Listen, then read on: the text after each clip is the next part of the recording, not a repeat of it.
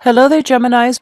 So, first of all, I feel that once again we have this imagery of family members coming in, family support, this sense of like family solidarity, family members stepping in for financial assistance, for even assistance for whatever you need. I feel like for the next 2 weeks you are going to be kicking up your feet, and you are really going to enjoy yourself when it comes to being surrounded by people that you love, people that you trust, and people that have faith in you. Okay, so I feel like this very strong outpouring emotional support coming through from family members. The other thing that comes into the picture that you want to be aware of is a lot of you are working from home. So they mentioned like home-based business. Your home is your office, and you might like be taking a lot of phone calls, work related phone calls when you are physically at home, and that energy can be very, very disruptive.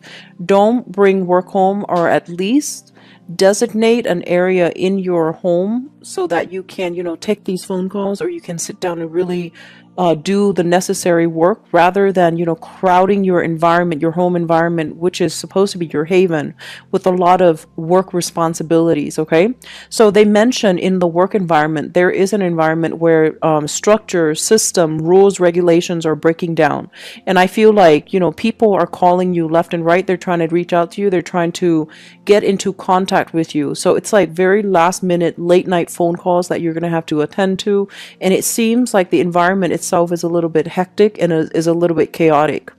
The other thing I feel is they mention a lot of interactions overall when it comes to foreigners. Okay, so a lot of times, right, like languages, they don't carry over, so things might get lost in translation. So I feel like it's really, really important for you to ask all the full details, and especially when things seem a little bit like they might be taken out of context or misinterpreted, I want you to really ask. I want you to slow down and really ask to see what is meant by something, like whether or not it was misconstrued. So like dig a little bit deeper. If you are communication through like a third party in order to get your point across with somebody who doesn't speak the same language, is really, really important to make sure that we communicate well and that the other person understands our intentions. If you are in a position where you're trying to invite trust, where you're trying to bridge that cultural linguistic divide, gesturing would be really good for you. So as a show of good faith, for example, reaching out, touching somebody, and not inappropriately, but at least like reaching out in good faith and touching somebody, I feel, or giving them a lot of eye contact, that can allow you to non-verbally persuade them to be a lot more open with you and to be a lot more trusting towards you, and that can also invite them to have a lot more trust and faith and confidence in you. So there are a lot of things that we can do with just body language alone, and learning that, and being savvy with that is going to be in your best interest in case communication goes awry. Okay, we are heading into a Mercury retrograde period, and Mercury is your ruling planet, so I want you to be very, very careful when it comes to communicating in a way where it is like providing the best representation that you can, and especially providing information, full disclosure of information in good faith. So that means not being deceptive, not holding back information, because I feel like things are going to slip out of your mouth. It's actually very interesting. I did the reading for Libras, and the message that I brought up was Libras and Aquarius, they need to learn how to communicate a little bit more to be a lot more relatable. Whereas I mentioned for Geminis, you guys might reveal too much too soon, and people don't know what to do with the information. So it would be wise for you, I feel like, err on the safe side, to really hold back when you communicate. Don't reveal everything that you know, because like they say, in a situation where things might be a little bit tense, such as a negotiating table, we don't really want to reveal to our opponent everything that we know. We want to things to be revealed on a need to know basis, on a case by case basis. So with holding back a little bit, not to deceive other people, but just holding back from your end, I feel that's going to be a lot better for you.